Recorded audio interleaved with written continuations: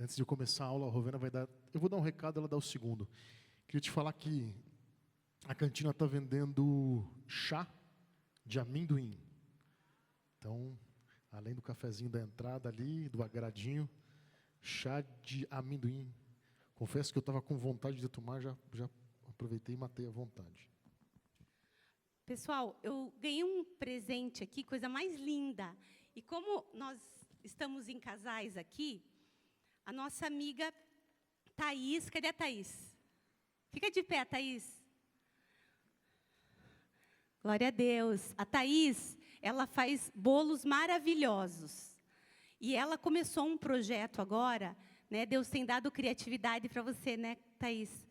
E ela está fazendo essa caixinha aqui, ó, que é uma caixinha de degustação para quem vai casar. Então, ela entrega essa caixinha e aqui dentro, eu não vou abrir, mas depois, se vocês quiserem dar uma olhada, vocês podem me procurar, eu mostro.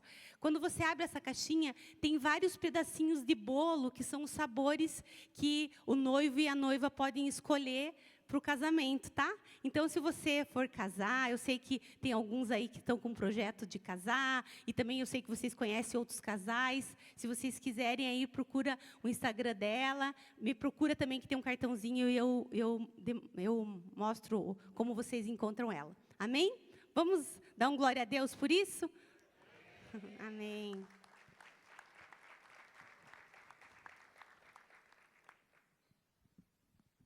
Glória a Deus.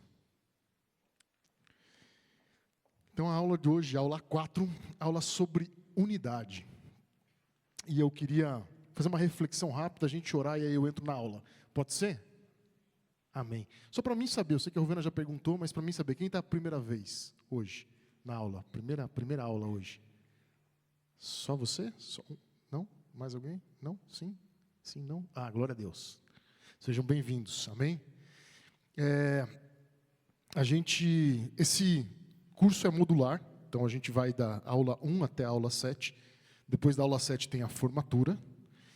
E aí no ano que vem a gente começa de novo. Então se você perdeu aí alguma das aulas, você pode fazer ano que vem e você pode refazer a aula.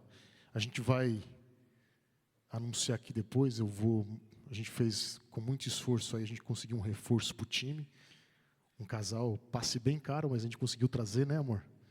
Então, glória a Deus, a gente vai ter um casal junto com a gente. A ideia é que também, além de várias outras atribuições, de eles estarem juntos aqui te aconselhando no final, se você precisar de aconselhamento, tirar alguma dúvida, eles vão estar repondo aula. Então, assim, se tiver, sei lá, tem 5 casais, por exemplo, que perderam a aula 1 e eles gostariam de fazer a aula 1. Aí vão agendar com esse casal e vai ter uma reposição de aula aqui na igreja. Vai ser bem legal. Amém? Além disso, a gente está pensando em como vem esse reforço, em como é que a gente pode aprimorar. Então, ano que vem, provavelmente, a gente vai ter o mesmo módulo, mas aprimorado. Se você... Bom, o curso, então, ele é formado por 7 aulas, como eu falei, mais a formatura. Na primeira aula, você assina uma carta de compromisso, que você carrega durante o curso todo. Você vai recebendo lá no diploma os seus check-ins, seus confirmados que você teve a aula, e no final a gente vai fazer um evento de formatura. Ah, Edson, eu perdi a primeira aula, não sei do que você está falando, queria entender um pouquinho melhor. Qualquer dúvida que você tenha sobre o curso, quem pode fazer, quem não pode fazer, quais são os requisitos, no final você pode vir aqui na frente, esse casal que a gente vai apresentar vai estar aqui na frente e a gente explica e tira todas as dúvidas. Amém? Amém. A aula de hoje, como eu falei, é sobre unidade. E aí, cara, a gente prega, talvez a maioria de vocês, quando casando, lá no convite, tinha um texto bíblico, e assim eu espero, provavelmente falando sobre unidade, né? Mas é engraçado como, na minha humilde opinião, eu acho que a gente ou não se preocupa muito ou interpreta de qualquer jeito essa palavra. Né? E eu vou te explicar por quê. Né? E a culpa é de todos nós. Assim, A gente tem pregação sobre unidade? Tem, mas são poucas, concorda comigo? Sim ou não? São poucas as pregações sobre unidade. Pouco se fala sobre unidade. E o que é unidade? Será que, de verdade, vocês como casais estão vivendo em unidade, debaixo do mesmo teto? Será que a gente como igreja está vivendo em unidade? E aí, a resposta mais sincera é, Edson, com qual parâmetro? Tipo, Edson, defina para mim unidade. Em que nível de unidade a gente deveria estar andando? Porque aí, se você me disser qual é a exigência, eu te respondo se eu estou conseguindo atender ou não. Correto? Finge que você está participando e fala, correto, é isso aí. Obrigado. Agora, a oração que Jesus fez, ele falou assim, Pai, que eles sejam, me ajuda aí, que eles sejam um, assim como, qual que era a referência? Assim como eu contigo somos um. Então Jesus não negligenciou a referência que ele tinha de unidade, ele foi bem claro a respeito dessa referência. Ele disse, assim como eu e você nós somos um, que eles sejam um. O padrão estava bem claro ali. E aí, se a gente volta daí, você fala assim, Edson, mas se a gente vai para esse padrão, fica difícil, hein? Concordo que fácil não é. Mas não é porque é difícil que a gente pode abaixar o padrão, correto? Eu fiquei preocupado, achei que você ia discordar de mim. Então, a gente deveria estar olhando para esse padrão de unidade. E um pouco dessa aula é exatamente a gente pensar a respeito disso. Porque alguém poderia dizer, Edson, mas, cara, esse conselho não é para a igreja? E eu vou te responder, cara, mas se você não consegue andar em unidade com a sua esposa, você consegue andar com a igreja? Então, o seu primeiro passo, o seu primeiro desafio não seria exatamente o seu cônjuge? E aí, 100%, meta alcançada, eu consigo fazer isso com o próximo? E a resposta é sim. Se você acompanhou a primeira aula, você sabe do que eu estou falando. Então, sim. Se eu não consigo fazer isso com o meu cônjuge, dificilmente ou impossivelmente eu vou fazer com a igreja, porque meu cônjuge eu conheço, sei os erros, sei onde eu tenho que perdoar. Andar em unidade com alguém que eu não conheço, que eu não preciso perdoar, talvez seja a maior ilusão, porque eu só consigo andar em unidade porque eu não conheço, porque eu não sei os defeitos. E que unidade é essa? Né? Não só isso. Quero te chamar a atenção para algo. Por que Jesus também, mas por que Deus criou Eva? Foi uma pergunta isso, tá? Por que Deus criou Eva? Para tirar o sossego de Adão? Quase certo. Tirou teu sossego, irmão? Cara, Jesus olha para Adão e fala assim, não é bom que o homem esteja só. O que Deus estava falando em outras palavras? Está faltando unidade. Se eu não der alguém para que ele seja um com essa pessoa, ele nunca vai entender o que é unidade. Então, para que ele entenda o que é unidade, assim como eu quero andar com ele em unidade, assim como o Pai, o Filho e o Espírito Santo andam em unidade, assim o homem precisa de alguém para andar em unidade. Não é bom que o homem esteja só. Ele precisa andar em unidade. Aí você casa e anda só. Tentando fazer Eva não te incomodar. Não é? De que adiantou? O propósito era exatamente você romper o desafio e viver em unidade. O propósito era exatamente a sua transformação, e aí eu e você, nós somos expert em fugir da unidade. Sabe, muitas vezes a gente fala assim, o casamento está indo bem, porque qual que é a nossa referência? Ela está indo para cá, eu estou indo para lá, mas a gente já não briga mais a respeito, cada um no seu quadrado. Já não existe mais a verdadeira unidade no lar, mas a gente se engana e diz que está tudo bem. E deixa eu te contar, bem francamente essa noite, não está tudo bem. O seu casamento não está cumprindo o propósito inicial, primordial, básico, fundamental. E você chama de casamento, porque vocês dois estão vivendo juntos. Mas não é isso, não é essa a proposta de Deus. Amém? Então, nosso objetivo aqui, o meu e o seu objetivo, é primeiro desconstruir. Porque se a gente continuar olhando unidade como a gente vem tratando unidade até hoje, pouco pode mudar. Está comigo? Agora, se a gente falar, Deus, eu preciso entender o que unidade significa para você, eu preciso de transformação. Aleluia, eu ia dar um glória a Deus, mas eu não sei quem está tocando, eu fiquei preocupado. Quem que é, irmão, que está aqui? Hein? Cadê? Jota? Você está tocando à distância, Jota? Tem isso aqui agora? Ou você está em espírito aqui em cima, meu irmão? Aleluia, glória a Deus. Feche teus olhos. Pai, no poderoso nome de Jesus que nós te pedimos essa noite, vem de forma pessoal e individual falar conosco. Desconstrói, destrói se for necessário os nossos sofismas, os nossos pensamentos, os nossos argumentos, os nossos conceitos a respeito de unidade. Nós queremos ir muito além daquilo que nós julgamos ser unidade. Nós queremos andar em unidade conforme a tua palavra, conforme o Senhor tem nos proposto. Ainda e com certeza que isso precise gerar transformação, arrependimento em nós. Nós estamos dispostos. Por isso, desde já, nós nos arrependemos na tua presença. Nos perdoa, Pai, por não andar em unidade. Não andar em unidade com a igreja, mas principalmente, e ainda mais importante, não andar em unidade plena com o nosso cônjuge.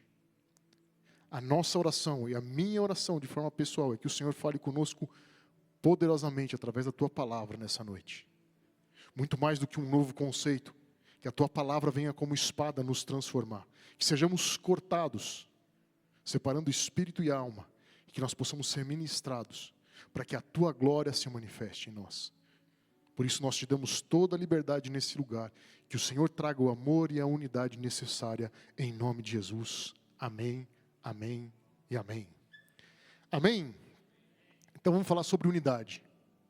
Oxe, tinha dado certo, né, Dani? Tinha dado certo. Tá, vai lá, passa. Aula 4, beleza. Aí, glória a Deus. Esse, talvez, um dos versos mais utilizados aí no casamento, Eclesiastes 4:12. E se alguém prevalecer contra um, 2 lhe resistirão.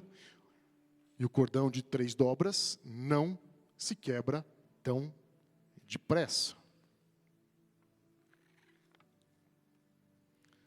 Claramente o conceito de unidade está sendo transmitido aqui.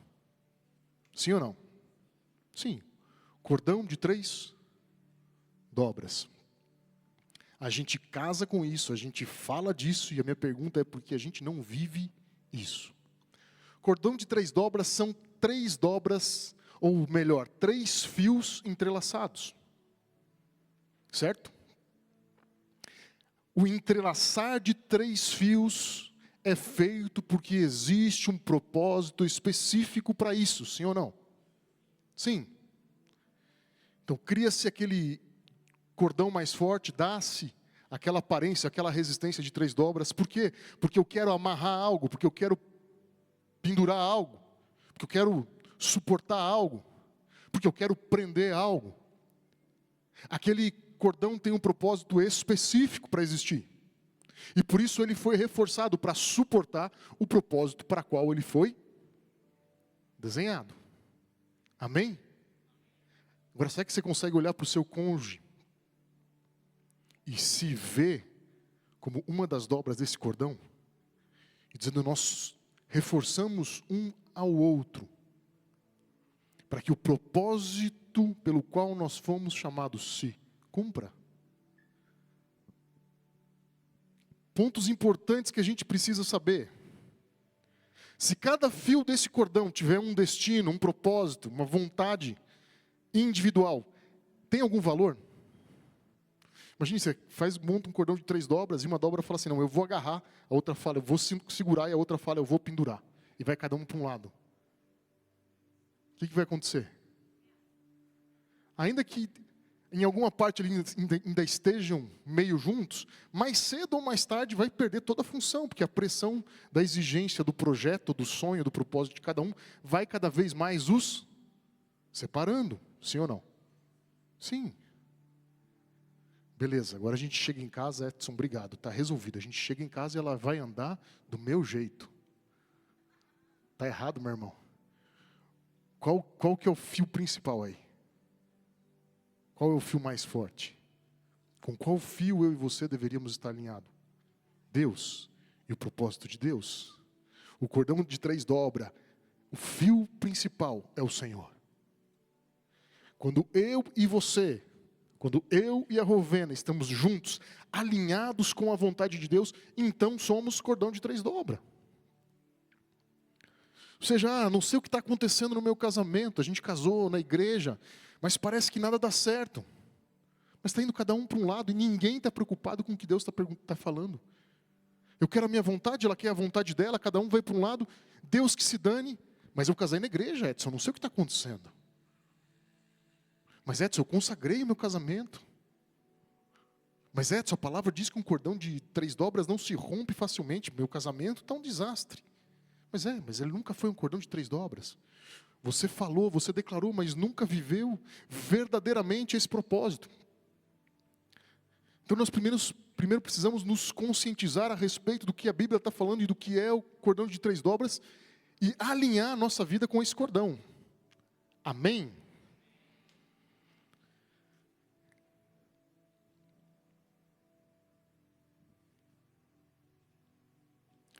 A ligação entre um homem e uma mulher é um exercício constante de comunhão que manifesta em paciência, fidelidade, doação, honra e gratidão. Ser um cordão de 3 dobras, estar alinhado ali não é fácil. Se a questão é emocional, se a questão é física, se esses são os requisitos primeiros da minha vida, talvez eu não consiga manter a posição naquele cordão. Porque o propósito dele vai estar muito diferente do que a minha alma quer e do que eu acho que eu preciso.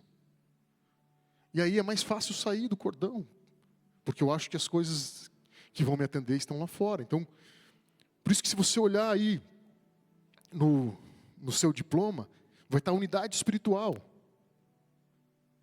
Porque a unidade é espiritual. A verdadeira unidade é espiritual. A unidade física é frágil. A unidade emocional é frágil. Deus não nos chamou a andar em unidade com Ele, a não ser em unidade em espírito. Passa o próximo slide para mim. O que é então andar em unidade?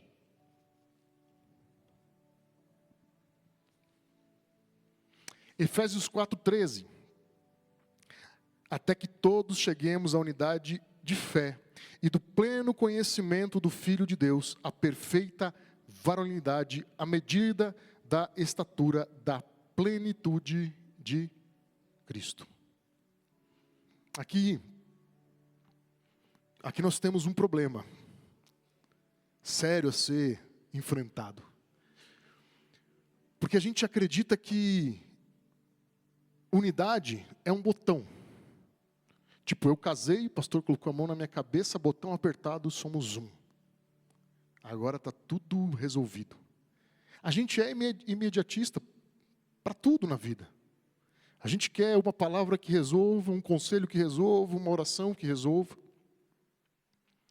Agora, o problema aqui é que unidade, ela não é resolvida com um apertar de botão. Por isso, em Efésios, até que todos cheguemos à unidade. Claramente, a Bíblia está nos mostrando como unidade como um processo.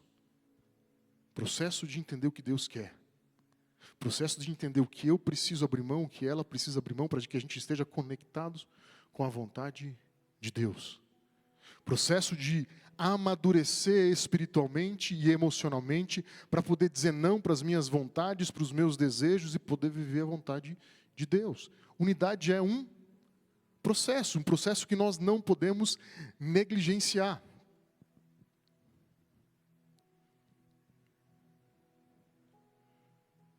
A unidade é o que define o casamento. É o que nos define como igreja, como filhos de Deus. Nós somos filho porque nos tornamos um com seu filho.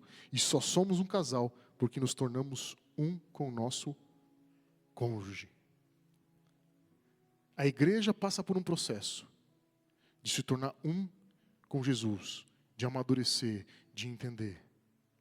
Agora, da mesma forma, o casamento precisa passar por um processo de amadurecer, de entender, de abrir mão. Então, toda unidade que não venha desse vínculo espiritual, ela é frágil. Ela não é a verdadeira unidade. Filipenses 1:27 vai dizer: vivei acima de tudo por modo digno do evangelho de Cristo, para que, ou indo ver-vos, ou estando ausente, ouça no tocante a vós outros, que estáis firmes em um só Espírito, como uma só alma, lutando juntos pela fé evangélica. Paulo, então, está dizendo àquela igreja que o que ele espera ver é o amadurecimento da igreja. Eu espero, se eu puder ir até aí, ver de vocês, ver como vocês estão vivendo, ou ainda, se eu não puder ir, que eu possa ouvir e saber de vocês, que vocês estão andando em unidade, porque isso vai mostrar o amadurecimento de vocês.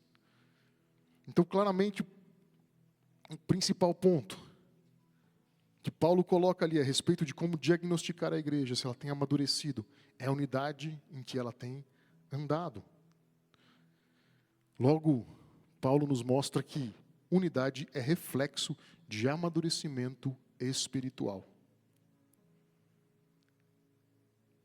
A unidade precisa ser a evidência daqueles que deixaram de ser meninos, guiado pela inconstância das emoções, e são pessoas firmes na fé, perdoando e dispostos a pagar o preço de andar lado a lado. Aí entendemos que unidade é um desafio constante de amadurecimento até que a gente chegue à estatura que Deus espera, que a gente chegue primeiro como casal. Primeiro como casal, de nada adianta cobrar um amadurecimento da igreja, querer estar maduro no relacionamento com seus irmãos, se você não consegue nem na sua própria casa praticar a verdadeira unidade. Slide 3.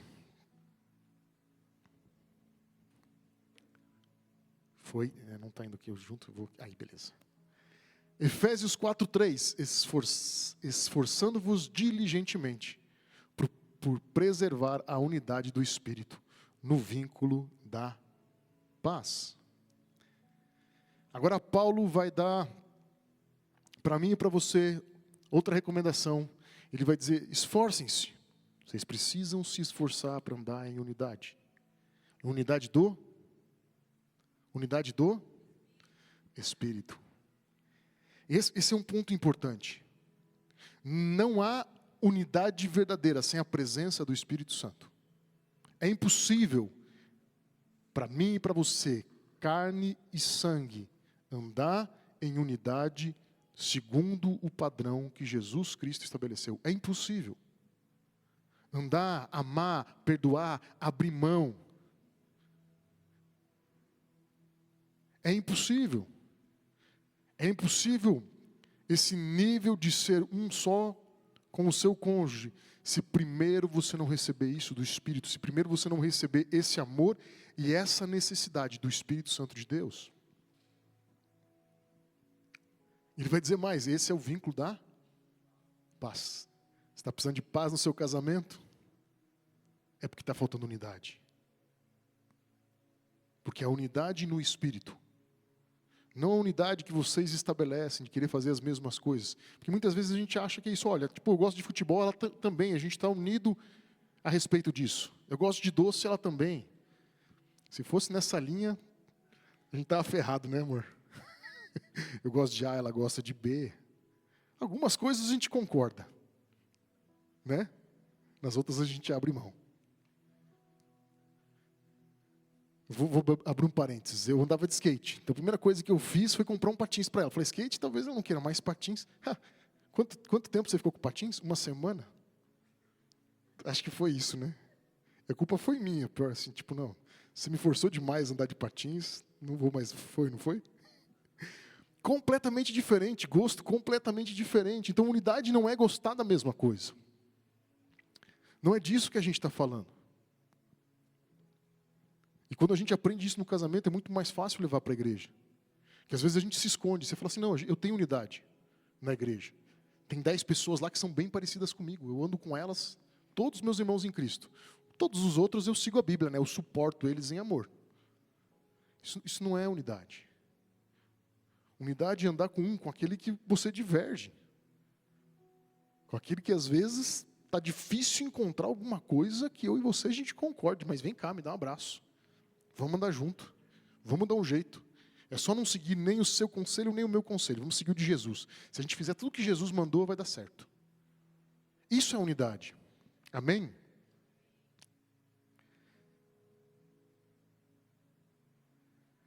A unidade vem, então, de orar juntos, jejuar juntos e buscar a Deus juntos.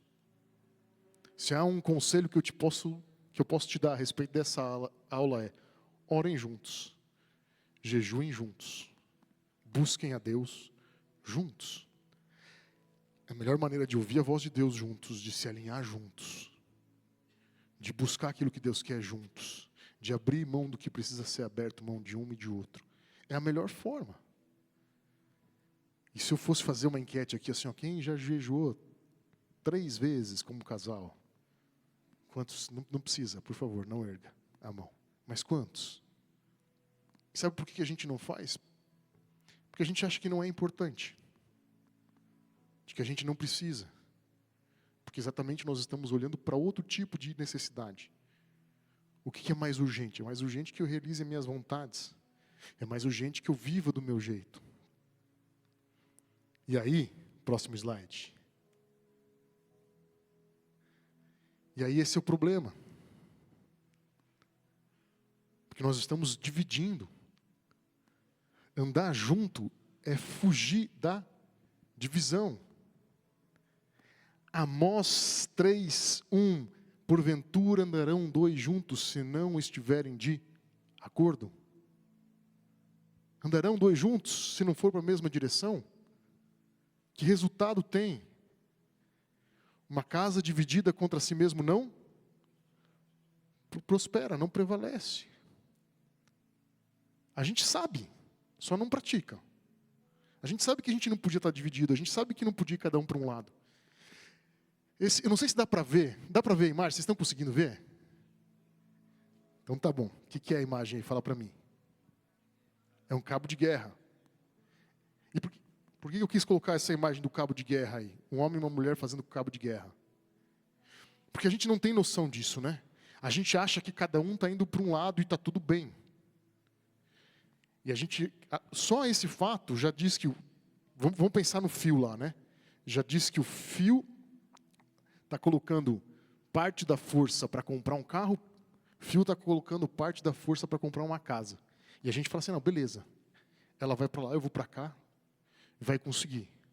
Sabe o que essa imagem fala? Que traduz bem melhor, que casa dividida não prospera? De que quando cada um vai para um lado é um cabo de guerra. A força que você está fazendo para fazer a sua vontade, ela é diretamente proporcional à força que você está fazendo para que a sua esposa não cumpra a vontade dela e vice-versa. Você puxa para um lado, ela puxa para o outro. O que está acontecendo é que vocês estão, além de não colocando 100% da força do casal naquilo, um está anulando a força do outro. Você já pensou? Quantas vezes a gente foi cada um para um lado e nada deu certo, porque a gente estava não só desunido, mas um anulando o que o outro estava construindo. Triste, não é?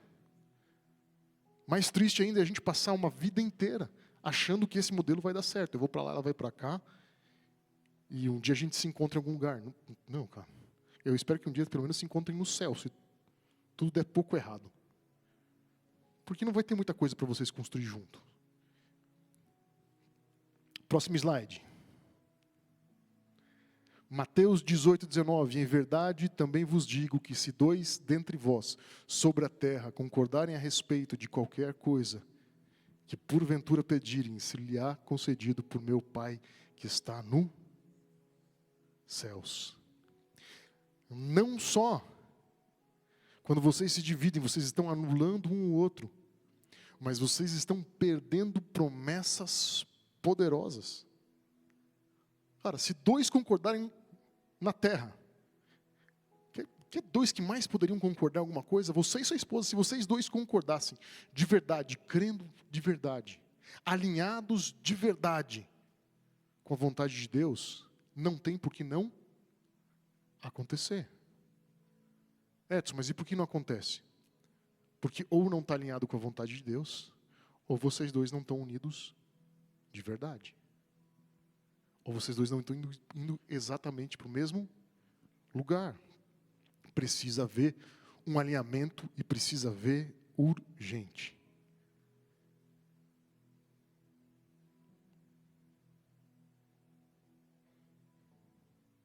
Sabe a referência que eu quero te dar aqui, a respeito do poder da unidade, é uma referência não tão cristã. É a Torre de Babel. E se você é um pouco mais crente, você sabe por que Deus precisou criar diferentes línguas, separar a língua dos homens? Por quê? Porque eles estavam muito unidos. Eles estavam muito unidos num propósito que não era o propósito de Deus. Vamos lá, Gênesis, capítulo 11, verso 5, do 5 até o 8, vai dizer: o Senhor desceu para ver a cidade e a torre que os homens estavam construindo. E disse o Senhor: eles são um só povo e falam uma só língua. E começaram a construir isso. Em breve, nada poderá impedir o que eles planejam fazer. Unidade. Um só povo, uma só língua. Decidiram construir isso. Daqui a pouco nada mais segura esses caras. Preciso fazer alguma coisa. Para o bem deles, eu preciso separá-los. Essa unidade aí não vai dar bem, não vai dar bom, não. Agora, se um povo ímpio em unidade teve o poder de começar a construir algo que Deus precisou parar, quanto mais você e sua esposa, se debaixo da bênção de Deus decidirem construir algo em unidade, ninguém vai parar vocês. Porque Deus vai estar nessa junto. Ele vai dizer: eu tô aí. Vocês estão em unidade? Eu vou com vocês. Eu vou abençoá-los. Andar em unidade é, acima de tudo, criar vínculos. A gente viu lá vínculos da paz. Vínculo, eu tentei de todo jeito colocar aqui, mas eu te confesso que as imagens que eu consegui estavam muito cômicas, eu preferi não colocar. A imagem que eu ia colocar de vínculo aqui era 2 vagões de trem encaixados e destacando ali bem a parte do engate entre os dois. Um vínculo. Algo que está ligado e leva para a mesma direção. Ou seja, dentro da jornada nós estamos juntos, olhando para o mesmo destino, com os olhos fixos no mesmo lugar, com os mesmos objetivos. Vínculo. Efésios 5:31 vai dizer: eis porque deixará o homem a seu pai e a sua mãe, e se unirá à sua mulher, e se tornarão os dois uma só carne. Olha que interessante, eis que deixará o homem, seu pai e sua mãe, e se tornará um com a sua mulher. Aí vai criar vínculo agora com a sua esposa. Deus está dizendo, para criar vínculo com a sua esposa, você precisa desfazer os vínculos com os seus pais. Isso quer dizer que você precisa deixar de gostar do seu pai e da sua mãe? Não. Da sogra, talvez. É, brincadeira. Eu amo minha sogra. Né, amor? Sou o melhor genro que ela podia ter. Ela que fala. Não, estou brincando. Você não precisa deixar de gostar deles. Mas sabe quando você casa, há ali muitos vínculos que você criou. muito da sua cultura, da sua linha de pensamento, muito daquilo que você gosta de fazer, é uma herança. E a gente precisa deixar algumas tradições de família, alguns costumes, algumas manias. A gente abre mão desse vínculo para criar novos vínculos. A cultura que a gente tem em casa hoje é diferente da cultura que eu tinha com os meus pais, e com certeza a cultura que a Rovena tem em casa hoje é diferente da cultura que ela tinha com os pais dela, sim ou não? Bem diferente, né? A minha também, bem diferente. Mas a gente precisou abrir mão de muita coisa. E muita coisa, assim, falando assim agora, parece fácil. Mas muitas coisas que, no momento, para a gente, era a coisa certa a se fazer. Porque sempre se fez assim. Sabe a história da travessa de peixe? Tinha que cortar o peixe 3 dedos para baixo da cabeça. Era uma tradição de família. Sabe dessa história, não? Vou contar bem rapidinho. 3 dedos para baixo da cabeça, tinha que cortar o peixe. Isso foi passando de gerações em geração, em geração, em geração. Até que, uma que está ali fazendo isso todo dia, o marido pergunta, mas você está desperdiçando carne de peixe? O peixe está meio caro, está quase o preço do café. Por que desperdiçar 3 dedos de peixe? Não sei. Porque sempre foi feito assim na minha família, é uma tradição da família. Aí ligaram para a mãe não sabia por quê. Ligaram para a avó, também não sabia. Bisavó, não sabia. Para todo mundo aquilo era uma tradição. Quando chegaram na tataravó, perguntaram, ela com muito esforço respondeu, não, é porque eu tinha uma travessa pequena e não cabia o peixe inteiro, então eu tinha que cortar. E aí ninguém sabe porque aquele negócio continua sendo feito, mas ele continua. Mas assim a gente é. Muitas coisas que a gente faz, a gente não sabe porque a gente está fazendo, mas a gente continua fazendo. E a pergunta, não, mas meus pais educaram os filhos assim, eu preciso fazer igual. Os meus pais trataram finanças desse jeito, então eu preciso fazer igual. Os meus pais gostavam de fazer isso, isso, isso, então eu preciso fazer igual. E a verdade é que a gente não precisa fazer igual, a gente está criando novos vínculos. Eu não estou falando de abandonar um legado. Há coisas que você precisa trazer, que é importante, que é bom trazer. As coisas boas que podem contribuir. Mas o mais importante é que você precisa entender que você está estabelecendo novos vínculos. Estabelecer novos vínculos é igual a renúncia. Estabelecer novos vínculos, você vai ter que abrir mão de algo. Você, homem, e você, mulher. Criar vínculos é encontrar um ponto de equilíbrio, onde os dois cedem, cada um cedendo um pouco, entram em acordo, criando um lar, as minhas coisas, as coisas da minha casa eram assim, minha mãe me ensinou desse jeito. E a verdade é que prefiro ser feliz do que ter razão. Devia ser o mantra para todos nós. Cara, não preciso ter razão. Não preciso estar certo a respeito de todas as coisas. Qual a melhor forma de fazer em casa? Qual é a melhor maneira, não para mim ou para ela, para casa, para o relacionamento? O que Deus espera de nós? Amém?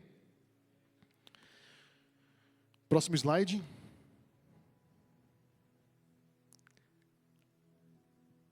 Nós somos aperfeiçoados na unidade. A unidade serve para nos limar, para nos tratar, para nos corrigir, né? Quantos textos bíblicos a respeito disso? Ferro com ferro se afia, né? Sim ou não? Sim. E do que isso fala? Isso fala de unidade. De que trabalhar a unidade é difícil, mas produtivo. Trabalhar a unidade desgasta. Você vai perder algo no processo, vai ganhar outras coisas. Trabalhar a unidade dói.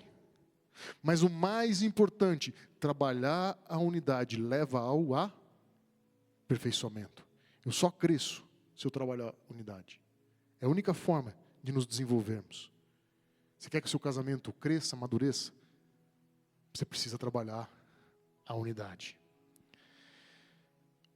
João 17, 23, eu neles e tu em mim, a fim de que sejam aperfeiçoados na unidade, para que o mundo conheça que tu me enviaste e os amastes, como também amastes a mim. Então, o próprio Jesus dizendo para que eles sejam aperfeiçoados na unidade. Mas o ponto mais importante aqui é que unidade é sinônimo de bênção. Você quer ser abençoado por Deus? Ande em unidade. Deus abençoa a unidade. Salmo 133, do 1 ao 3, são os 3 versos dele. Como é bom e agradável viver unidos os irmãos. É como óleo precioso sobre a cabeça, qual desce sobre a barba de Arão, e desce para a gola e as suas vestes. É como o orvalho do Hermon que desce sobre os montes de Sião. Ali, na unidade, ordena o Senhor a sua bênção e a vida para sempre.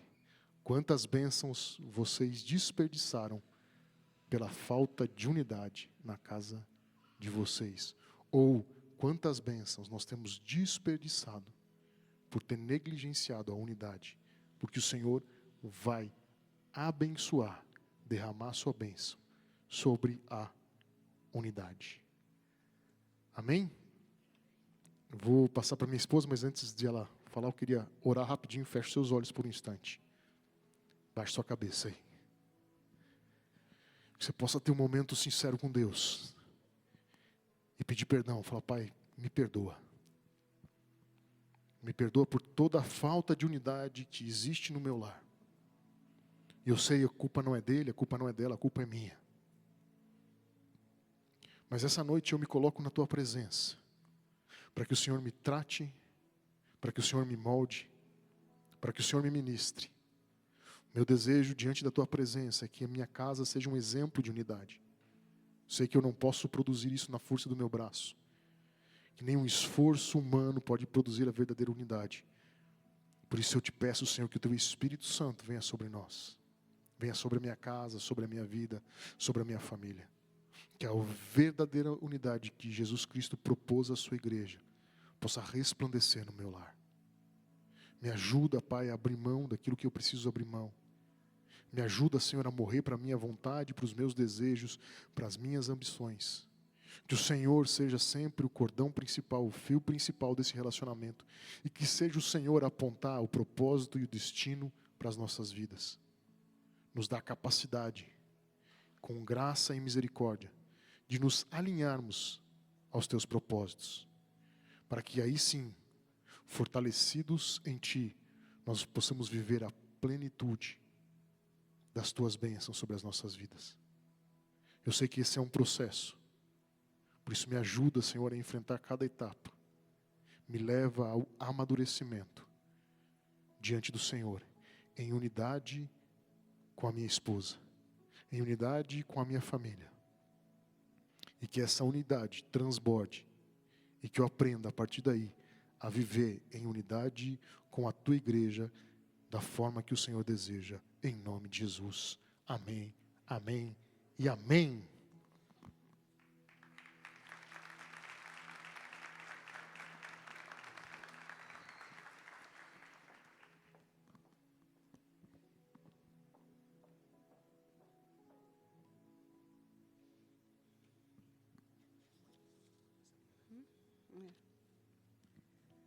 Amém, voltei. Vou tomar um pouquinho aqui.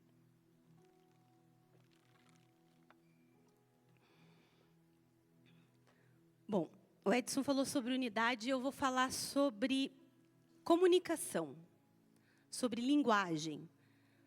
Pode passar o próximo slide, por favor?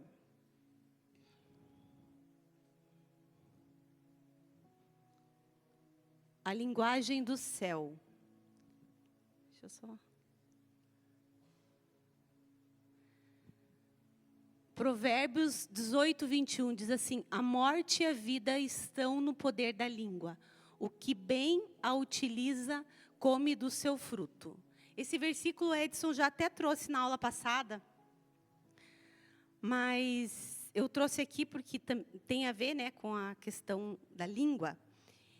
E nós precisamos converter a nossa língua, se nós queremos colher bons frutos na nossa vida e no nosso casamento. A gente precisa entender que há um poder para o bem ou para o mal, da maneira que a gente usa a nossa língua, o que sai da nossa boca.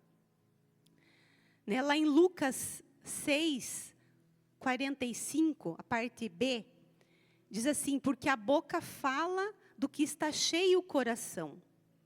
Então, o que sai da nossa boca é o que está no nosso coração. E a gente precisa prestar atenção no que nós temos falado. O que nós temos falado a respeito do nosso cônjuge, dos nossos filhos, de nós mesmos? A gente precisa ter muito cuidado com isso. Porque são palavras soltas no mundo espiritual. E elas podem ser usadas contra nós. Então, nós precisamos estar muito atentos das coisas que nós falamos. Então, nós precisamos converter a nossa língua. Porque se nós temos falado coisas ruins, é porque talvez nós precisamos transformar o nosso interior. Ele não se transformou ainda. E isso demonstra o que está no nosso coração. Lá em Efésios 4, 29, não precisa abrir, tá? Eu vou ler. Não saia da nossa boca nenhuma palavra torpe, mas só a que for boa para promover a edificação, para que dê graça aos que a ouvem. Então, a gente precisa tomar cuidado do que nós estamos falando. E existe uma linguagem do céu, por isso que eu dei o título aqui, a linguagem do céu. Nós precisamos buscar a linguagem do céu para nós. Né? Porque a linguagem da terra é uma linguagem de uma realidade que nós estamos vivendo.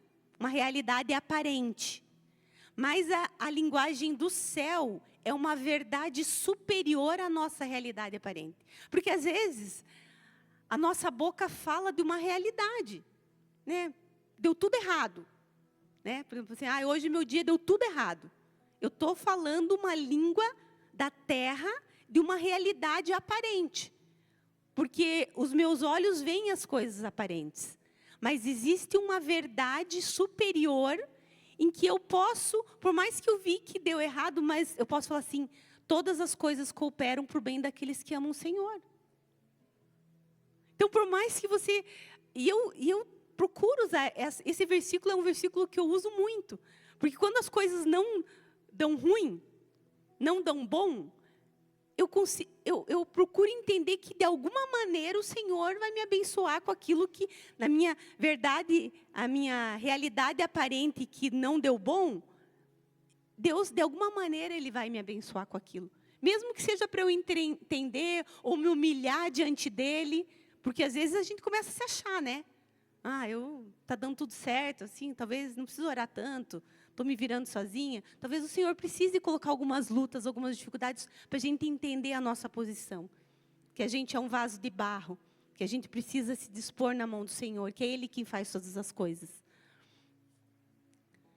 Então, a palavra, e a gente precisa buscar na palavra do Senhor, porque a palavra do Senhor nos ensina a linguagem do céu. Fazendo com que a gente veja o invisível e o que parece impossível. Às vezes a gente está vivendo uma situação ali com o nosso cônjuge, né, que a gente precisa ver o invisível ali. Que a realidade ela está complicada. Mas se a gente começar a ver o invisível e começar a buscar o impossível do Senhor, a gente pode glorificar o nome do Senhor, a gente pode ver as coisas do Senhor acontecendo. Amém? Então, mas a gente precisa usar a linguagem do céu. Passa no próximo slide, por favor. Só até aí. A terra diz... Então, aqui eu vou dar alguns exemplos, tá? A terra diz, não há esperança. Então, às vezes, você olha para uma situação e fala assim, poxa, não vai dar certo. Não tem como dar certo. Não há esperança para isso. Mas qual é a linguagem do céu? Tudo é possível. A palavra do Senhor diz, tudo é possível ao que crê. Pode passar o próximo. Você me deve. Quantas vezes a gente fala assim, você não fez o que eu pedi. Você me prometeu isso daí e não me fez. Você prometeu que ia lavar a louça, não lavou. Você me deve, né? Aqueles casais que ainda dividem a finança. Eu paguei a conta de luz mês passado e era você. Você está me devendo esse mês. Que nós vamos falar na próxima aula sobre finanças, viu? O que o céu diz? Eu dou livremente. Eu dou e não vou cobrar por isso. A próxima, você não atende às minhas necessidades. Essa é a terra dizendo. O que o céu diz? Quero suprir as suas necessidades. O cônjuge, ele busca suprir as necessidades do outro. Amém? Então, nós precisamos converter a nossa língua. Nós precisamos usar a linguagem do céu. Lá em 2 Coríntios 4:18. Não atentando nas coisas que se veem, mas nas coisas que não se veem. Porque as coisas que se veem são temporais, e as coisas que não se veem são eternas. Amém? Então, nós precisamos começar a olhar com o olhar do Senhor. Nós precisamos começar a falar a linguagem do céu e abandonar a linguagem da terra. Ver coisas que os olhos naturais não veem. As coisas que o Senhor está agindo. E nós precisamos deixar que a palavra de Deus molde a nossa língua, molde o nosso mundo, molde as nossas palavras. Agora, pode ir para o próximo? Dizendo a verdade. Efésios 4:15 diz assim: mas, seguindo a verdade em amor, cresçamos em tudo naquele que é o cabeça, Cristo. Seguindo a verdade em amor.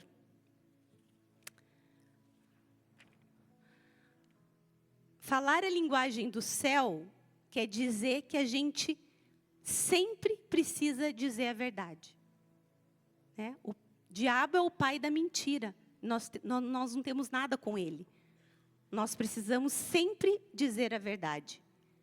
Mas nem todas as formas de dizer a verdade estão corretas. Nós precisamos saber como dizer a verdade. E isso quer dizer que nós precisamos falar a verdade em amor. Falar a língua de Deus é falar a verdade em amor. Lá em Provérbios 25:15, diz assim: pela longanimidade se persuade o príncipe, e a língua branda amolece até ossos. Língua branda é língua macia, doce, uma língua amorosa, ela amolece até ossos. O que isso quer dizer? Que dependendo da maneira que a gente fala, a gente tem um grande poder nisso, para o bem, poder de Deus. A gente não pode dizer a verdade com raiva, com desejo de se vingar ou ofender, ou dizer a verdade, ou não dizer a verdade para fugir de conflitos. Sabe? Então a gente não pode, eu preciso dizer a verdade e vai ser agora, não, tipo assim, eu tenho a verdade agora e eu vou falar ela, independente do momento. Isso não tem sabedoria nisso. Nós precisamos entender qual é o momento para falar essa verdade. E a maneira. E outras pessoas também, elas fogem de dizer a verdade para não ter conflito. Sabe aquela pessoa mais tranquila, que não gosta de confusão? Ela não vai falar a verdade porque ela não quer criar situações ali. Mas não. Nós, como casais, nós precisamos sempre falar a verdade. Sempre. Nós não, já falei aqui, nós casais não podemos ter coisas que um não sabe do outro. Segredos. Não. A nossa vida é um livro aberto para o nosso cônjuge. Nós sabemos como ninguém as falhas e fraquezas do nosso cônjuge, não é? Nós estamos ali no dia a dia, a gente sabe, poxa, precisava melhorar nisso, naquilo, ou falhou nisso, falhou naquilo. Mas a gente não precisa jogar isso na cara dele ou dela. Nós precisamos, talvez, falar a verdade, dar um conselho, mas no momento certo. Há sempre uma hora certa de falar a verdade.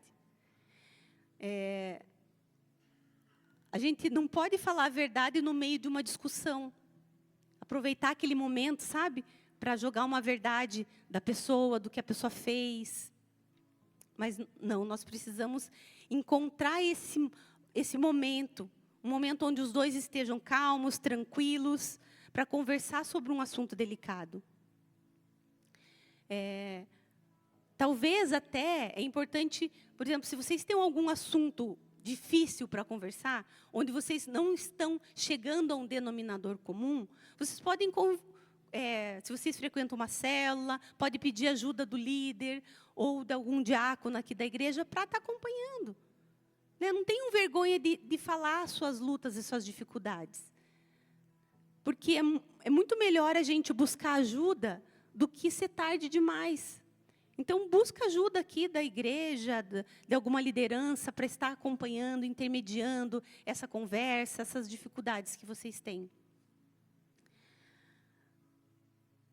E o que é importante, né? Falando sobre linguagem, sobre conversa. O Edson falou muito aqui, né, sobre estar de acordo, sobre unidade. Às vezes, numa conversa, quando a gente está muito esquentado ali, a gente não consegue chegar num acordo, né? Tipo, um acha que está com a razão, o outro também acha que está com a razão, e vocês estão ali, e aquela conversa está esquentando, esquentando. Vocês precisam ter sabedoria que nem tudo precisa ser resolvido naquele momento. Se os dois estão ficando muito esquentados, é melhor vocês falarem assim, não, vamos deixar essa conversa para depois.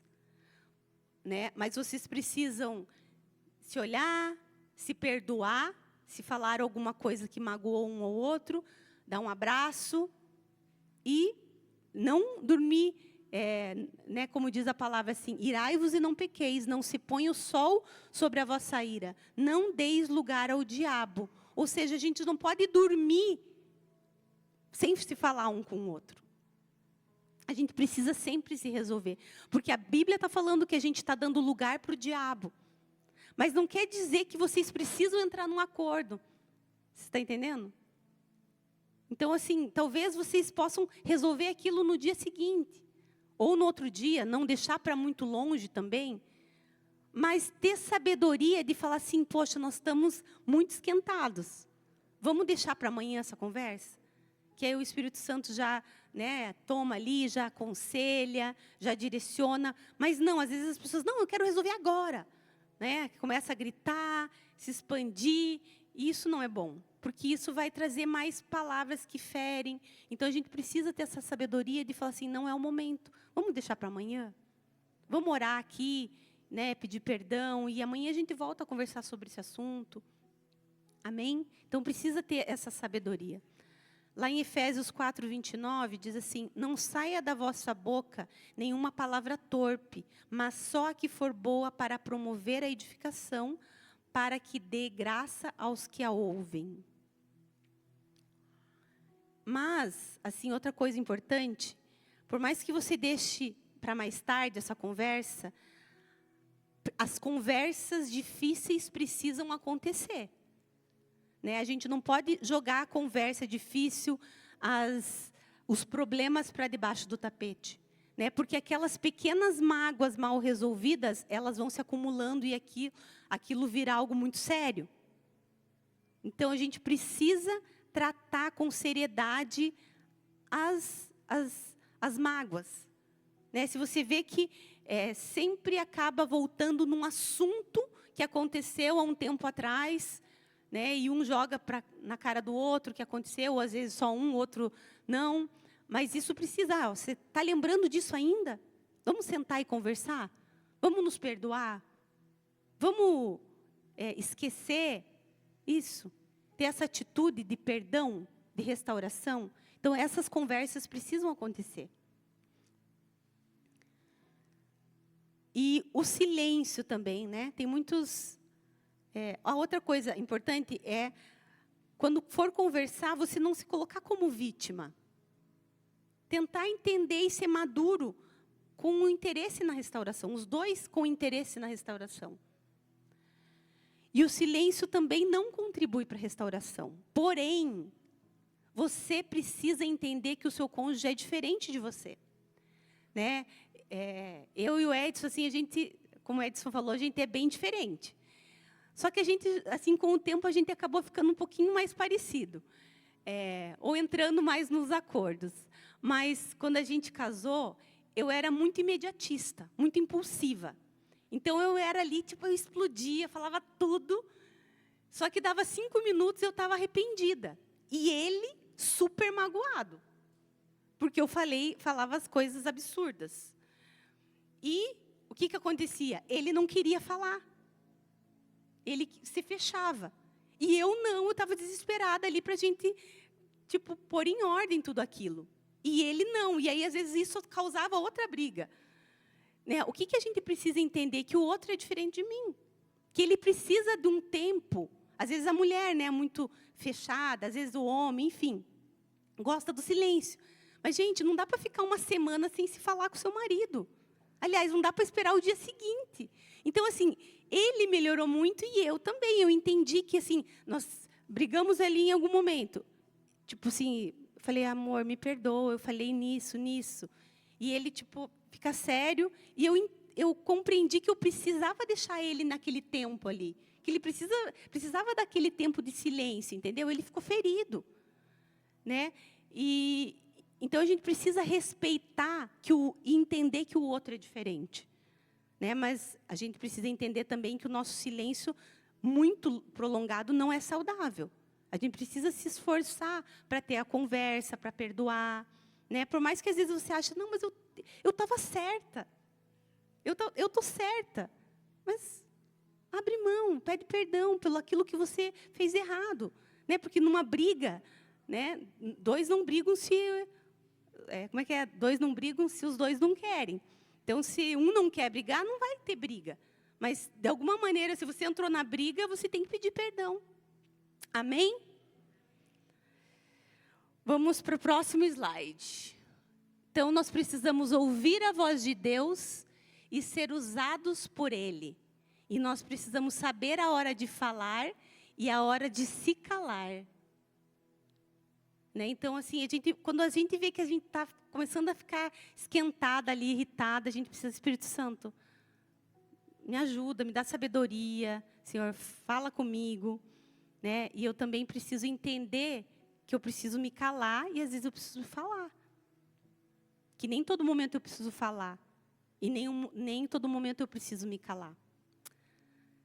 Amém, gente? Era isso. Agora nós vamos para uma outra... Estamos quase terminando. Deixa eu ver que horas são. Pode ir para a próxima. Não, volta. Aí. Quem aqui já viu falar sobre as linguagens do amor? Quase todo mundo, né? Glória a Deus. Assim, gente, eu sei que todo mundo, a maioria aqui já ouviu falar, mas eu não poderia passar essa aula do curso sem falar sobre as linguagens do amor. Por quê? Porque eu acho muito importante. Eu acho que quando a gente entende que o meu cônjuge ele se sente amado de uma maneira diferente do que eu consigo trabalhar de uma maneira que ele vai se sentir amado. Né? O que são as linguagens do amor? É um livro, né, que se chama As 5 Linguagens do Amor, para casais, eu acho, do autor Gary Chapman. Quem quiser procurar, comprar, é uma bênção, é bem legal. A gente até aqui uma vez já ministrou na roda de mulheres, juntou alguns casais, eles vieram. E eu resolvi trazer porque eu acho que assim, é sempre importante a gente vai estar lembrando disso e colocando em prática. E esse livro fala que cada um tem uma linguagem do amor principal e uma secundária. E que a pessoa se sente amada, porque o que acontece? A linguagem do amor não é simplesmente falar, né? A gente transmite amor pelas nossas atitudes, pela nossa maneira de se portar. O nosso corpo fala, né? O nosso corpo diz muito dos nossos sentimentos. Às vezes a gente não precisa nem falar, mas só de olhar para a nossa cara a gente já está expressando alguma coisa. E esse livro fala sobre isso. Então, a gente precisa entender que nós precisamos conhecer o nosso cônjuge, a linguagem de amor dele, para a gente poder transmitir esse amor. E o que acontece? Imagina se você e o seu cônjuge, cada um fala uma língua. Por exemplo, um fala inglês, o outro fala português. Vocês acham que a linguagem de vocês ia ser 100% transmitida? Ser bem clara? Não, porque a gente não entende. Se a gente não entende o inglês, a gente não consegue, né, transcrever para o nosso cônjuge exatamente o que nós estamos sentindo. Ele vai ter uma leve ideia, né? E a linguagem do amor é mais ou menos isso. Se nós não estamos falando na linguagem dele, a gente acha que está comunicando bem, mas, na verdade, ele não está entendendo exatamente o que a gente quer transmitir. E eu fiz essas perguntinhas aqui, porque é meio que um resuminho para você descobrir qual é a tua linguagem do amor. O que seu cônjuge faz que te faz sentir amado ou amada? Então, eu amo quando meu cônjuge me dá um presente. Eu amo quando meu cônjuge faz isso, faz aquilo. Então, com isso, você já consegue entender qual é a tua linguagem do amor. E o que o seu cônjuge deixa de fazer que te fere. Quando ele me promete alguma coisa e não faz, ou quando ele fala, tipo, que eu estou feia, ou que eu estou gorda, entendeu? São coisas que ferem, a gente precisa identificar isso em nós e no nosso cônjuge. Então, vamos lá. Vamos para a primeira linguagem do amor. Pode ir para o próximo, mas só a primeirinha. Palavras de afirmação. Bom, palavras de afirmação, gente, é a minha linguagem do amor. O que a pessoa, quando tem essa linguagem do amor, ela se sente amada quando ela escuta palavras que de bênção para ela. Por exemplo, você está linda, como você é inteligente. Ou seja, toda vez que o seu cônjuge te elogia, né, te deixa um bilhetinho, te surpreende com o falar, com elogios, te dá palavras de encorajamento. Outra coisa muito legal. Não precisa ficar fazendo, tá, amor? Só porque eu estou falando aqui. Tem que ser espontâneo. Te elogia na frente dos outros, deixa bilhetinhos. Então, assim, eu não... Quando eu comecei a ler o livro, né, quando eu li o livro, eu não imaginava, mas o Edson falou, não, a tua linguagem é essa. E eu comecei a falar, é mesmo, é essa. Então, ele, por muito tempo, tinha um negocinho lá de escrever, aí quase todo dia ele ia lá e deixava uma mensagem para mim. Né? Então, isso aquece o nosso coração. Quem tem essa linguagem gosta de ser elogiado, gosta de falar assim, nossa, você é inteligente, nossa, você está linda, nossa, você é boa nisso. Né? Volta e meia eu falo, amor, mas por que mesmo você casou comigo? Né? Eu quero ouvir dele, o que em mim agradou nele? Então, esses sinais, a gente precisa começar a ver esses sinais e ver que essa é a linguagem do amor. Então, a gente precisa elogiar o nosso cônjuge. Então, até eu estava brincando com os meninos, eles falaram, mãe, o que você quer de Dia das Mães? Eu falei, olha, não precisa me dar presente, só me faça um bilhetinho. Né? Então, eu gosto muito, sabe, de receber uma cartinha, eu tenho guardado as cartinhas do que os meninos fizeram, do que o Edson fez, então eu guardo isso. E toda vez que eu leio ali, tipo, aquilo é muito bom para mim. Então, essa é a minha linguagem de amor. Vamos lá para o próximo. Se todo mundo entendeu essa linguagem, vai se identificando aí, tá? A próxima é tempo de qualidade. E sabe o que é legal? Os filhos também têm a linguagem do amor. Né? Então, a gente pode identificar nos nossos filhos, a gente pode falar isso também no dia que for falar de filhos. Mas a gente precisa, porque às vezes a gente está enchendo o nosso filho de palavras de afirmação e o nosso filho é outra linguagem. Né? Por exemplo, tempo de qualidade. Tempo de qualidade não é assistir um filme juntos. Mas tempo de qualidade é você parar o que você está fazendo e dar atenção 100% para o seu cônjuge. Né? Não é ir almoçar junto com ele e você ficar no celular lá, não dar atenção para ele. Sabe, é dedicar aquele tempo, é olhar nos olhos, é ouvir, poxa, como que está no teu trabalho, sabe, e dar consistência para aquela conversa. É quebrar a rotina, é levar um dia para almoçar, fazer uma surpresa e levar para almoçar, levar a sua esposa no parque, sabe, estender um tapetinho lá e vocês ficarem no parque, só os dois, deixa os filhos ali com alguém, sabe, bater papo, jogar papo fora, conhecer mais um do outro. Às vezes a gente está na mesma casa, a gente não conversa, não sabe, às vezes, das lutas que um e o outro estão passando no trabalho. Você sabe das histórias da infância da sua esposa ou do seu marido? Sabe o que elas passaram, onde eles moraram, onde ela morou? Conhecer mais. Isso é tempo de qualidade. Não precisa também ter dinheiro, sabe? Ai, não, eu preciso ter dinheiro para levar ela no final de semana, não sei para onde. Não, não espere isso. Tenha atitude, faça coisas criativas, né? Mas não espere isso. Não espere ter dinheiro para você fazer isso. Uma sugestão, aqui nesse tempo de qualidade, é você pedir para o seu cônjuge uma lista das coisas que você gostaria que vocês fizessem juntos. E aí, você ir colocando em prática. Beleza? Agora o próximo é atos de serviço. Atos de serviço. O que é atos de serviço? Você se sentir amado quando alguém serve você.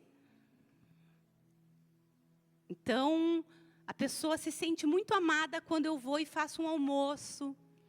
Quando, por exemplo, a esposa tinha que, aquele sábado é o dia da faxina. E aí o marido fala assim, amor, hoje eu quero que você fique tranquila, eu quero que você vá ali no salão, ou pode sair hoje com as suas amigas, ou pode deixar que eu cuido das crianças, deixa que eu limpo a casa, sabe? Glória a Deus, né? Fala a Deus, né? Isso é atos de serviço. Amém? Meu marido, ele gosta muito que eu faça o café para ele. Ele se sente chateado, gente, se eu terceirizo. Sabe, ele pede para mim e eu falo assim, Henrique, faz o café para o seu pai. Aí ele não gosta, ele gosta que eu faça o café para ele. Né? Porque ele se sente amado, a linguagem do amor dele é atos de serviço. Então, a gente precisa identificar. Às vezes, são coisas pequenas, simples, que as pessoas se sentem amadas. Lavar a louça, né? Amor, deixa que hoje a louça é comigo, né? Glória a Deus. Então, homens, auxiliem as suas esposas, identifiquem se essa é a linguagem de amor delas. Às vezes é uma coisa simples, lavar a louça, o que custa, né? 20 minutinhos ali, limpar, dar uma faxininha ali na pia. Outra sugestão, faça uma lista também do que a sua esposa tem pedido. Às vezes, tua esposa tem pedido arrumar tal coisa na casa e você vai protelando.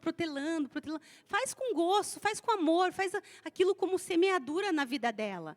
Né? São coisas simples que, às vezes, passa despercebido. E isso demonstra, às vezes, que a sua esposa, se é a linguagem de amor dela, ela não se sente amada. Porque parece que você não está dando a mínima.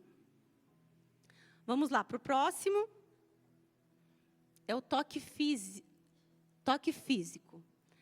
Bom, essa linguagem de amor é a primária para muitas pessoas, né? Sem o toque, as pessoas não se sentem amadas muitas vezes. Sabe aquelas pessoas que já chegam abraçando? Normalmente, essas pessoas, a linguagem de amor delas é o toque físico. Porque elas precisam abraçar, não necessariamente o cônjuge, sabe? Mas amigas. Né, Priscila? Cadê a Pri? Cadê a Pri? É a tua linguagem de amor, Pri? Não? Ah, é?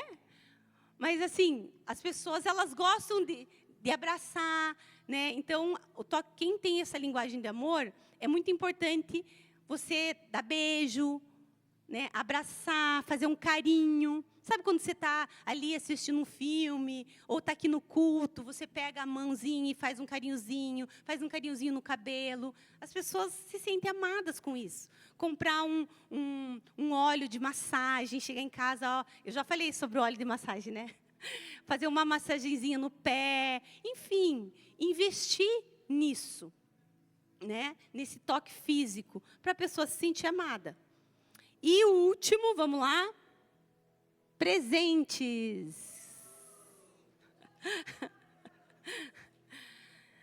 Presentes é a mais fácil, né? Concorda? Só que assim, as pessoas que têm essa linguagem, não é a minha linguagem de amor, presentes. Mas eu gosto de receber presentes, quem não gosta? Mas as pessoas, normalmente é coisa simples, sabe? Não precisa, um presente, uau. Não, por exemplo, eu fui em algum lugar e lembrei de você, trouxe uma lembrancinha. Sabe, sempre trazer algo para mimar, assim, a pessoa. Então, isso é muito importante. Identifique se sua esposa, se seu marido, tem muitos homens também que podem ter essa linguagem. Se você tem esse tipo de linguagem, então, agrada, traz um chocolatinho, algo simplesinho, mas que demonstra que você lembrou que aquilo, que ela é importante, que ele é importante para você. Amém? Então, pessoal, assim, tem até, se vocês procurarem, tem até um teste para você saber a sua linguagem do amor.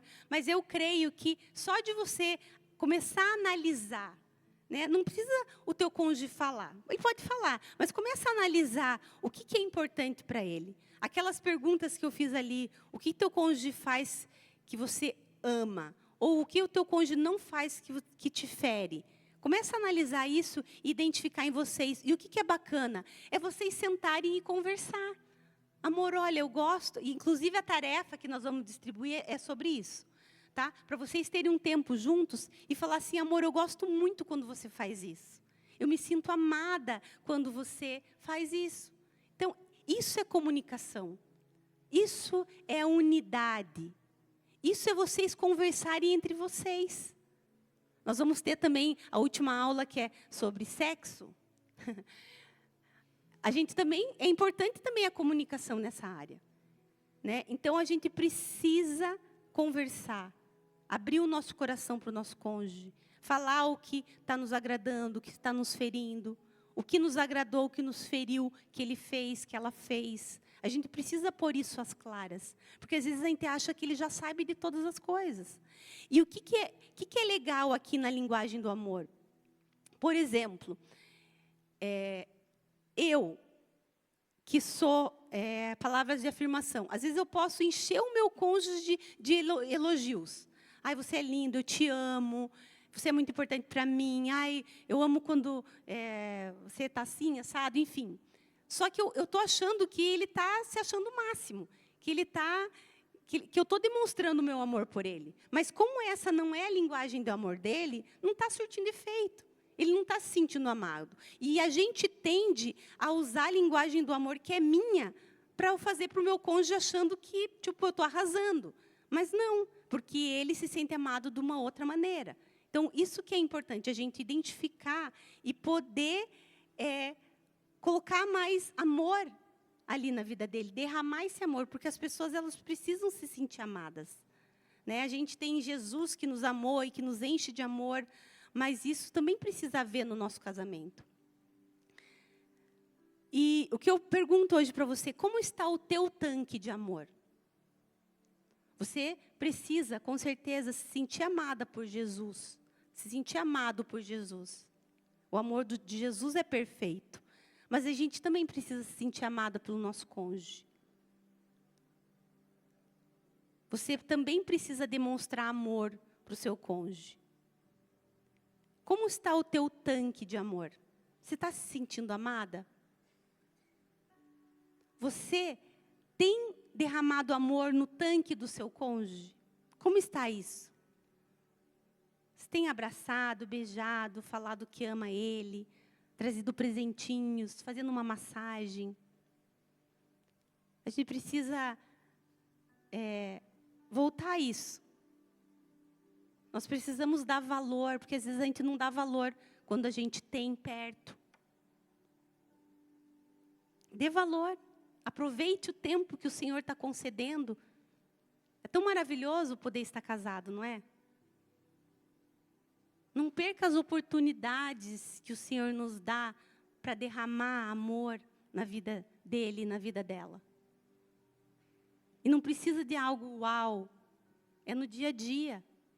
Isso vai fazendo com que haja mais intimidade, mais união, mais unidade. Quando a gente começa a olhar, sabe? Tipo, quando você olha do nada para o seu cônjuge, tipo, pode ser que ele nem esteja arrumado, acabou de acordar, mas quando você olha e fala assim, ai, como eu amo. E a gente precisa começar a demonstrar. Amém? Vamos orar?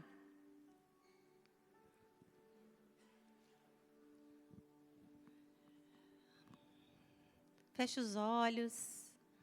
Aí abraça o seu cônjuge. Se hoje vocês discutiram, o Senhor fala que Ele trocaria o nosso coração de pedra por um coração de carne. Porque o inimigo, ele tenta trazer divisão. Mas o amor, ele quebra a multidão de pecados. E hoje permita que o Espírito Santo te trate, amoleça. Se vocês, por algum motivo, discutiram, permita que o amor cubra e quebre toda parede, toda divisão. Se abrace, sinta o calorzinho, sinta o cheirinho.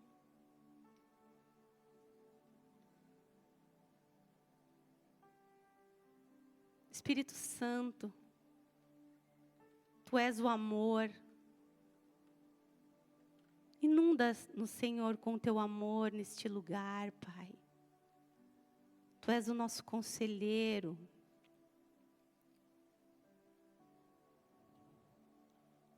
Vem quebrando toda a parede, toda a divisão.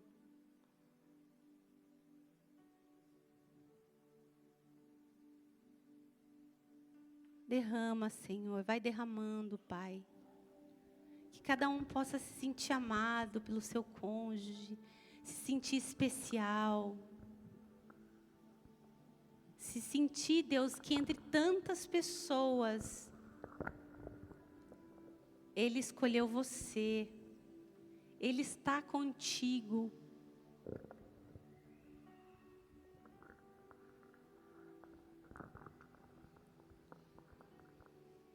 Pai, eu te louvo, Senhor, por esse tempo que nós tivemos, Pai. Por tudo que foi falado aqui, Senhor. Por aquilo que o Senhor ministrou, Espírito Santo, na vida de cada um. Porque eu sei que cada um recebe, Deus, com o Teu filtro, Senhor. Deus, vai tratando, Senhor. Nós não somos perfeitos, Pai. Nós somos muito falhos. Nós falhamos muito. Nós erramos. Nossa carne grita muitas vezes, Pai. Mas Deus, o Senhor nos perdoa e o Senhor restaura todas as coisas, Pai. Assim como o Edson falou, Deus, nós estamos caminhando para essa unidade, Pai. E nós precisamos nos dispor, Espírito Santo, para que o Senhor trabalhe, Senhor. E hoje, Pai, eu quero pedir, Deus, que o Teu amor, Deus, que o Senhor venha enchendo esse tanque, Pai. Se há tanques aqui vazios, se sentindo sozinhas, Pai, mulheres se sentindo sozinhas, mulheres que não se estão se sentindo amadas, Pai, que o Senhor possa encher nesse momento, Pai. Vem quebrando toda a mentira do inimigo, Senhor. Todo pensamento da mente enganoso, mentiroso, Senhor. E que a Tua verdade, Senhor, possa prevalecer nos nossos corações. Vem visitando esses casamentos, Senhor. Vem colocando o fogo do Teu avivamento, da Tua paixão, da Tua restauração, Deus. O Senhor não fez o casamento para só viver lutas, Pai. Deus, a Tua palavra diz que nós precisamos desfrutar do nosso cônjuge, Pai. E desfrutar é alegria, Senhor, é gozo, é satisfação de estar juntos, Pai. Deus, traz isso novamente, Pai. Se algo se perdeu no caminho, Deus, que o Senhor venha restaurar a unidade, a comunicação, as palavras de amor, o romantismo, Pai. Traz o romantismo. Que cada um olhe no detalhe o seu cônjuge. Queira agradar, queira cuidar, queira zelar, Senhor. Porque, Deus, muitas vezes nós estamos dando atenção para os filhos e esquecendo dos maridos. Os maridos estão dando muita atenção no trabalho, esquecendo da esposa. Sendo que algo mais precioso que o Senhor nos deu foi o cônjuge, Senhor. Nós vamos poder envelhecer juntos, Pai. Muda, Deus, muitas vezes a maneira de olhar. Que nós possamos olhar as qualidades. E te louvar, Senhor. Senhor, obrigada, Senhor, pelo meu marido. Obrigada pela minha esposa. Vamos utilizar a linguagem do céu e falar porque ela é uma bênção, porque ela me ama, porque ela cuida de mim. Porque o meu marido, ele cuida, ele é meu supridor. Ele me ama. Amém, Senhor. Aproveita esse tempo para estar junto. Se você quiser falar alguma coisa, você tenha liberdade. O Espírito Santo está entre nós, Ele trabalha. Faço tudo, mas vem novamente. Eu mergulho na minha ardente, mas peço que tua presença aumente. E se eu passar pelo fogo, não temerei.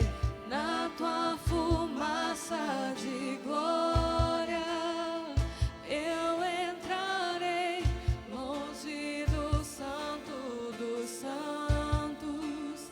Não sei mais viver.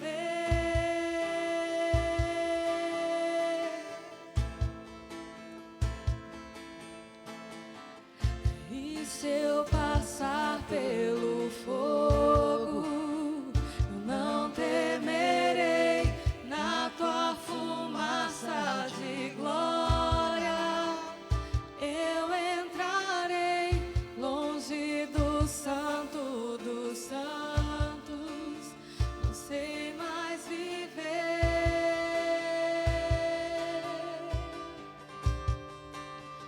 Quem já pisou no santo dos santos, em outro lugar, não sabe viver. E onde estiver, clamar pela glória, a glória de Deus.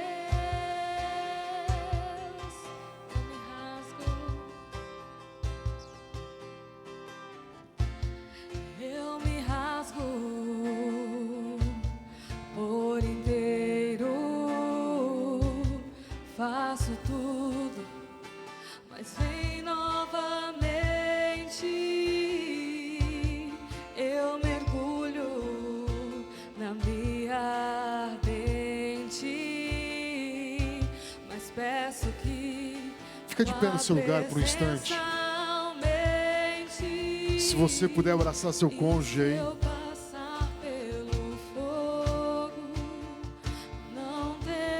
A gente tem a oportunidade de sermos um com o nosso cônjuge. Há um livro que se chama Casamentos Temporários. E apesar de o título assustar um pouco, tipo, pode um casamento ser temporário, ele nos chama a atenção de que a experiência que nós temos, a jornada que nos é proposta como casais, ela é única. Nós não teremos outra oportunidade. Essa é a nossa chance de fazer o melhor, essa é a nossa chance de fazer bem feito. Essa é a nossa chance de deixar que Deus nos use e produza algo de valor nas nossas vidas durante a nossa jornada pela face da terra. Não haverá um casamento nos céus. É desse temporário que ele está falando. Há uma união na terra e ela permanecerá enquanto a gente estiver na terra. E nós teremos histórias, e nós teremos um legado, e nós teremos uma coroa a respeito do que nós fizemos com o nosso casamento nesse tempo. Uma oportunidade única que nós não podemos, como casais, desperdiçar. Há uma tentativa exatamente desse curso de te dar direção, de te dar propósito, de te dar alinhamento, de te dar visão a respeito dessas coisas para que você possa buscar esse tipo de relacionamento. Mas essa não é uma decisão que você vai tomar a respeito de algo que eu tenha dito, é uma decisão sua com Deus e com o seu cônjuge. Eu quero te dar essa oportunidade agora, de que você possa olhar bem nos olhos e dizer: eu vou viver esse casamento, eu vou viver essa unidade, eu escolhi você, eu vou viver isso. Eu sei que eu não tenho capacidade, eu sei que eu não tenho os recursos necessários, mas quer saber de algo? O Espírito Santo está comigo, eu tenho certeza, plena convicção de que Ele é a força, Ele é a motriz, Ele é o dunamis do nosso casamento, Ele vai fazer acontecer nas nossas vidas. Eu creio que Ele tem nos separado para esse tempo, eu creio que há um propósito para as nossas vidas. E independente da circunstância, independente do momento, eu quero declarar para você que nós seremos essa unidade, nós seremos esse casal. Nós faremos a diferença, a nossa casa fará a diferença.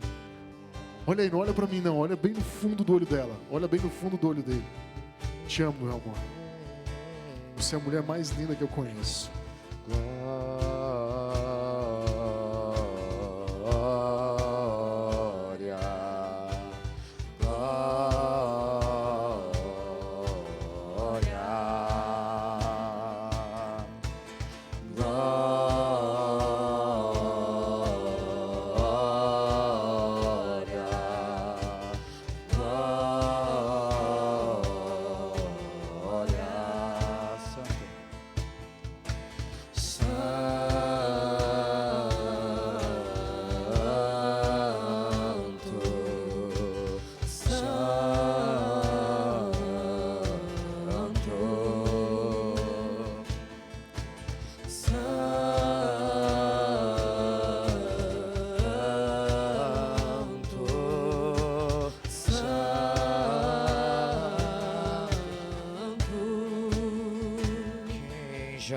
Pisou no Santo dos Santos, em outro lugar, não sabe viver, e onde estiver,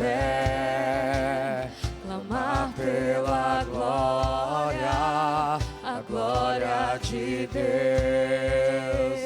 Quem já pisou, quem já pisou no Santo dos Santos, em outro lugar, não sabe viver, e onde estiver, clamar pela glória, a glória de Deus. Ergue a mão do seu cônjuge bem alto aí. Repete comigo: se Deus é por nós, quem será contra nós? O Senhor é o nosso pastor e nada nos faltará. Oremos juntos. Pai nosso,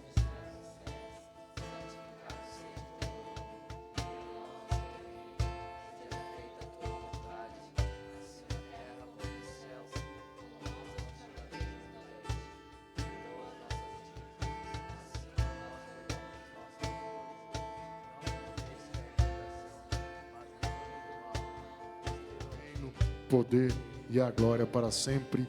Amém, amém e amém. Glória a Deus.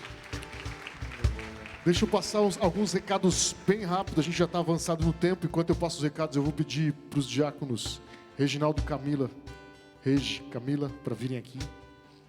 Falei que a gente tinha feito uma contratação cara, tá aí a contratação. Enquanto eles vêm para cá, quero te pedir perdão, a gráfica não conseguiu imprimir o selo de hoje. Eu vou ficar te devendo o selo de hoje. Então você retira o selo de hoje na próxima aula. Perdão por isso. Amém? A tarefa vai estar disponível lá no balcão, lá atrás, balcão do Boas-Vindas. Glória a Deus. Então você pode ir lá pegar a tarefa. Quem está fazendo tarefa aí? Quem fez a tarefa do quadro de metas? Quem tem quadro de meta aí? Qual casal que tem quadro de meta? Glória a Deus, glória a Deus, glória a Deus pela sua vida. Que Deus possa responder, que você possa ver o sobrenatural. Vem para cá, meu irmão. Você pode ver o sobrenatural de Deus na sua vida, no seu casamento. Pessoal, o quadro de metas é uma boa prática para você trabalhar a unidade, porque ali no quadro de metas vão colocar as metas dos dois. E aí vocês vão entrar num acordo. Eu quero assim, quero assado. Não, quero fazer uma viagem para não sei para onde. Não, eu quero para tal. Vamos entrar num acordo, né? Então é uma boa prática de vocês colocarem a unidade ali, trabalhar a unidade no casamento. Amém? Então a gente quer orar pelo Regi e pela Camila. Se você está gostando das degustações da entrada, a culpa é dela. Show de bola, né? Esse negócio que ela faz é sensacional. Eles vêm para somar no time, então. Que nem eu falei, se você tiver alguma dúvida, se quiser conversar, se quiser aconselhamento, a gente vai estar aqui no final. A gente está planejando, então se você perdeu alguma aula, talvez você tenha até recebido o vídeo da aula, mas, cara, eu queria ter aula presencial, quero tirar algumas dúvidas, não sei o quê. Procura o Regi e a Camila, eles vão preparar a aula de reposição aí. E a ideia é a gente crescer com o material e a gente tem bastante expectativa do que vai acontecer também no ano que vem. Amém? Então estenda as suas mãos para cá. Pai, em nome de Jesus, nós queremos receber no ministério, Senhor, reconhecendo como liderança desse ministério de casais, a vida do Regi, da Camila. Que o Senhor possa usá-los poderosamente, Senhor, nesse ministério. Nós sabemos tudo que o Senhor já tem feito, de que eles são referenciais, Deus, de casais, de pais, para essa igreja, que o Senhor possa usar ainda eles poderosamente. Nós reconhecemos, Deus, a autoridade que está sobre a vida deles. Nós reconhecemos que o Senhor tem os separado para esse tempo e para esse ministério, que o Teu Espírito Santo, que o Senhor os capacite de forma sobrenatural. Nós te pedimos e consagramos a Ti, em nome de Jesus. Amém e amém. Glória a Deus.